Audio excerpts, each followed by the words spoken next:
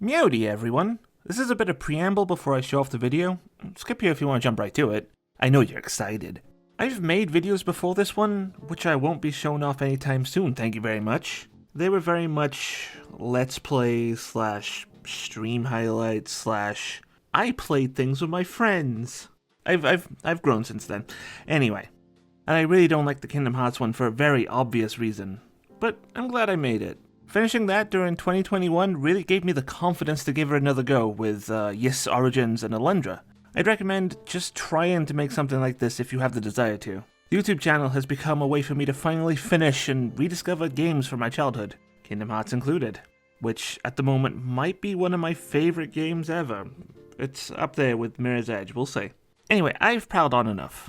Here is my first ever YouTube review of a video game. Enjoy. Kingdom Hearts is known as a series about friendship, convoluted plots, and hoodies. I can't speak too much how much truth there is in that statement. I've only really played the first and second one. The series mocked me by being on every other system that I didn't own, scattering the plot everywhere to the point I honestly don't know if people are making things up anymore. The hell is Norting? What's an Aqua?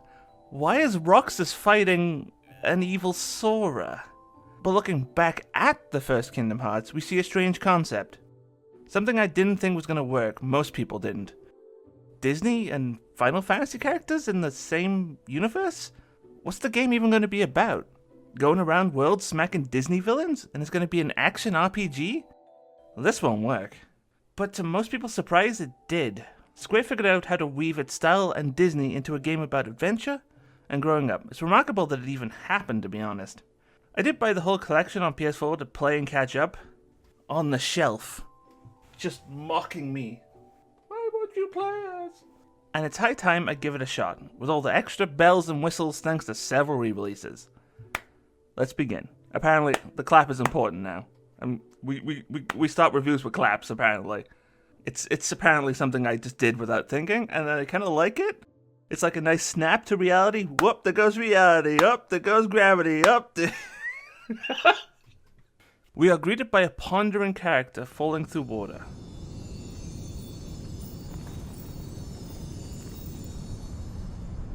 I've been having these weird thoughts lately. Like, is any of this for real? Or not? And as he falls, a music video plays?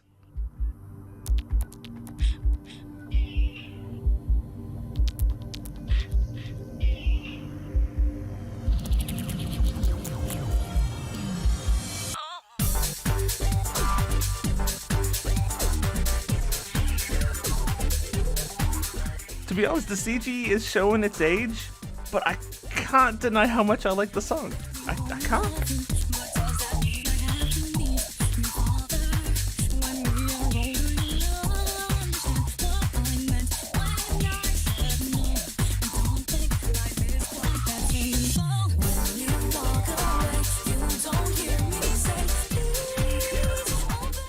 It gets me. After watching the intro, we get dropped into Awakening, the game's pseudo-tutorial, and a surprising decision is given to us right away, choosing a playstyle. Sora can only use the Keyblade throughout the game. The weapon itself gets augmented via keychains. This determines your growth path, which is your starting stats and what abilities are given to you at certain levels. You are never locked out of getting abilities via choosing certain weapons, but it does mean you get key ones earlier. After a few more rooms, we have another game-altering choice. Titus, Wacker, and Selphie will ask you very personal questions. What is important to you? What are you afraid of? What do you want out of life? Answer all of them, and you are told about what time you leave at? What? Okay, so it sounds like nonsense, but let me break it down for you. This area determines your experience curve, aka how much HP you need to level up. It sounds complicated, but it's not at all. By the way, on this review I'm playing on Proud, took staff, dropped sword, and left at midday. This section ends with a boss fight against a giant shadow. Win or lose, we move on. After the tutorial, we can start the game proper on Destiny Island, a place to figure out the finer points of movement, discover Sora's legendary ledge grab, which will be useful and something you will be thankful for, and to figure out what's claimable and what's not. Your friends are not just for talking too. Given the chance, they will jump at a 1v1. These battles are a good way to feel out the combat system. Understand that dodging and attacking is rewarded. An all-out offense is a quick road to an ego check. You can take them on 1v3, mostly to show off and to get potions, an item that's never not useful early game. Just remember, this match determines the champ. After events happen... I'm not afraid of the darkness. We get to Traverse Town. We meet the FF crew, which is mostly 7, now I think about it. Meet Donald and Goofers and go on an adventure. And what a nice looking adventure it is. Despite this being a 2002 game, it looks visually pleasing, sometimes striking. Granted, it's a port of a re-release. I actually said that first try, I'm so proud of myself. And the graphics are hurt more on a technical level than an art style one. And when the art style is strong, it can cause a game to age gracefully sometimes. Destiny Island looks like the paradise it is. Traverse Town is warm and cozy. And Hollow Bastion is haunting and mysterious. And Halloween Town, I love the way Halloween Town looks. Maybe it's because Nightmare Before Christmas was already a 3D movie, and it was easier to translate into a 3D environment, but they nail an art style. At worst, the game looks a bit booty though, mostly deep jungle. The colors are fine, but sometimes it just doesn't look right. But it is hiding some great visuals down the line. And don't worry if you forgot this was a Square game, the particle effects will remind you. It's a shame the game feels so cramped at times. Speaking of areas too small for us, one of the first worlds you can visit is Wonderland. And Wonderland's going to teach you a very important fact, that these worlds may be small, but they are sometimes crammed with goodies. The chests have items, the flowers have items, the walls have items, the paintings have items, the hedges has items. Players that like exploring and creative thinking are going to be rewarded with all kinds of loot, even doggos. You found all the Dalmatians, right? You found all 99? You didn't leave any, right? In a chest, forever to be found, right? Like, okay, check this. In Neverland, there's a big clock tower. After you've beaten a certain extra secret boss. We don't talk about that one. The doors on top of the clock tower start to light up. And once one of the clock tower's doors open, the clock faces start to light up. It took me up to this playthrough, which is around my 4th, to figure out that the clock is tracking the in-game timer. And every hour gives you a powerful late-game item. It's madness the amount of stuff you can find if you start looking. Though, finding your way can be an issue for, Oh, hello again, Deep Jungle. What's that? Yee-ha-hoo-hoo-ha. I hope you know your way around. What the fuck? Ah, leopard! How do I scream, ah, leopard? Why did I write this in the script? Some worlds can be a pain to navigate if it's your first time round. Deep Jungle has you running up and down the whole world, sometimes with cutscenes just going, hey, you should probably go back to the tent. That's probably the plot. Better than not telling the player where to go, but it can get worse. The same goes for weird mini-bosses. In the jungle, there's a message created to nobody that goes, that big black fruit is suspicious! Who is that? What? It's all a little bizarre. It's not great. Atlantica commits a sin that I hope new players actually figure out. You need to ride a dolphin in one area, that takes you nowhere by the way, it just goes around in circles. So we'll move to another area. It has a visual cue, but it can be missed in the middle of combat, which you wouldn't do in this action RPG. Ride in the area that it moved to, but now it does take you somewhere new. And make sure to react to where it took you, because now it will forcibly kick you off, and if you stand still, it'll kick you back into the vortex. What fun! But at least when you beat Jungle, you get Cure, something that'll cut the difficulty in half. So there's always a reward somewhere, even for the bad stuff. Back to Traverse Town we go, and while we're here, let's talk about combat depth. Sora's movement without abilities is rather simple. We got move, jump, and attack. Abilities add stuff like roll, guard, glide, and a bunch of context-sensitive stuff. It never gets hard to control Sora. But Sora also has some slow recovery on stuff like grounded attacks. You can't move or roll out of it, there's no cancel frames, it all feels a bit stiff. However, we can fix that. Jump attacks only have to deal with landing recovery, meaning if you want a more consistent offense, Attacking from the air can net you better and faster damage. Only downside is that those cool combo enders you unlocked only work from the ground, so if you have some, make sure to mix up your offense. Magic is also part of the toolkit, though mileage may vary between players. Cura and Thunder are simple practical tools, and then there's stuff like Arrow that gives a defensive buff that becomes an offensive tool once it's upgraded. While Stop depends on the user, as you might expect, it stops them in their place. But the cool thing is, any hit they take while stopped gets queued up until it wears off, and then they take all the hits in one long chain. It's super cool to look at. And when Stop upgrades, it becomes AoE, so creative players will have a lot of fun with it.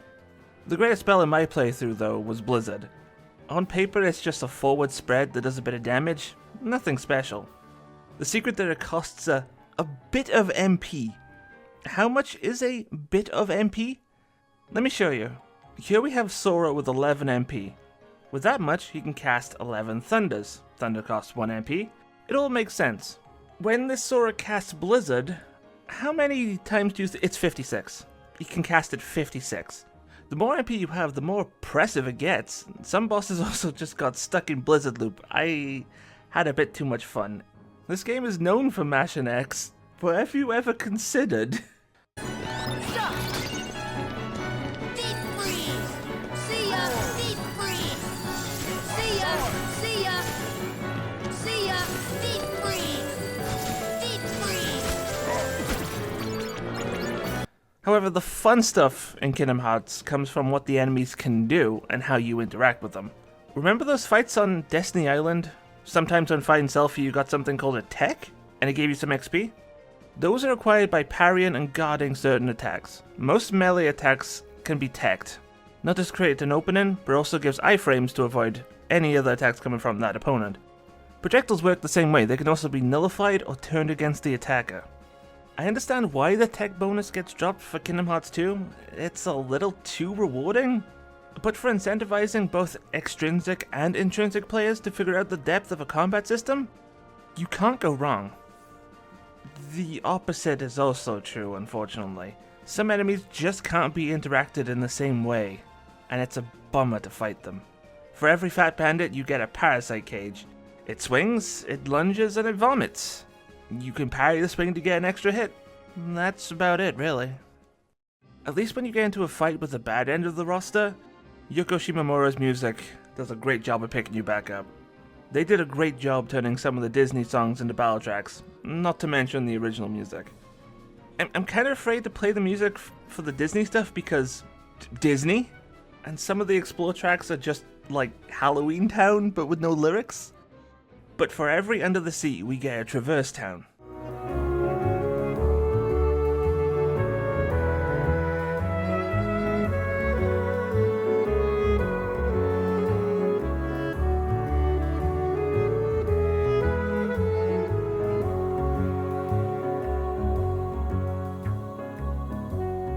Every Neverland gives us a Hollow Bastion.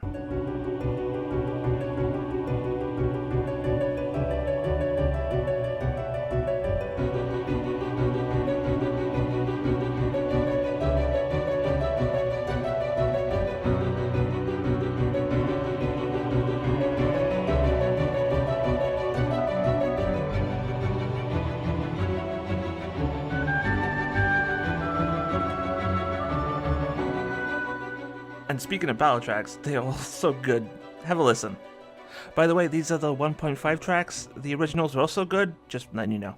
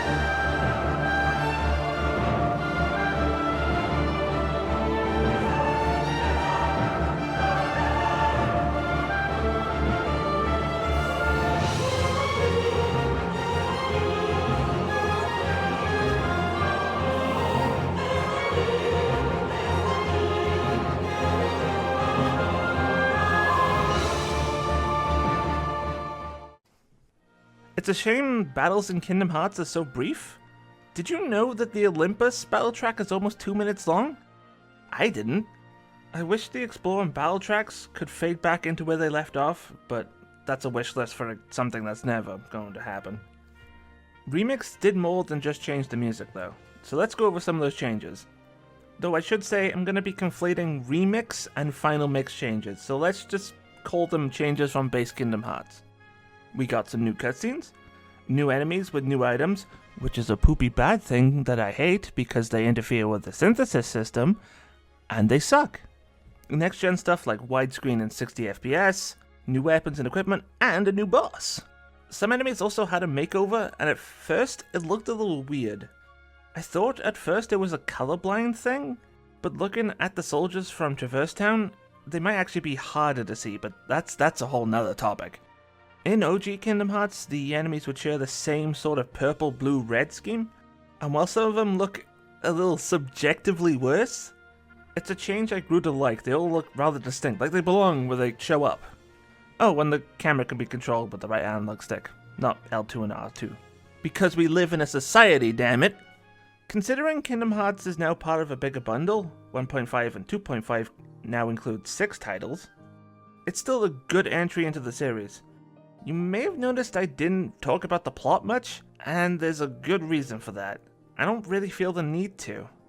There are points of interest here and here, a few good moments, but to be honest, the story feels like a vehicle for the game. It's more of an inciting incident for the rest of the series. If I end up doing Chain of Memories, I'll give an overview there, but for now I'm happy not really talking about it. If you see a chance to pick up 1.5 and 2.5, God, these names are awful, I would highly recommend Kingdom Hearts. It's already a solid game, and for it to be bundled up with Kingdom Hearts 2 and 2 other titles for the price of a normal game, it's honestly a steal, especially if it's discounted. Okay, so this is the bit where I'm going off script, and I assume this is the end of the video. If you sat through and watched this review, thank you very much. This was just a thing to prove that I am capable of making a video. It's something I've always wanted to do. Well, I say make a video, make a review. And it's always something I've managed to say that it's too hard to do, or I have the resources, I'll eventually get around to it, and never did it. If any similarities to Mandalore are noticed, that's a little on purpose. I've been binging his content, not to mention his how to make a YouTube review was kind of a blueprint for this video. And to if any of my friends sat through the credits and are now listening to this, thank you very much for sticking around.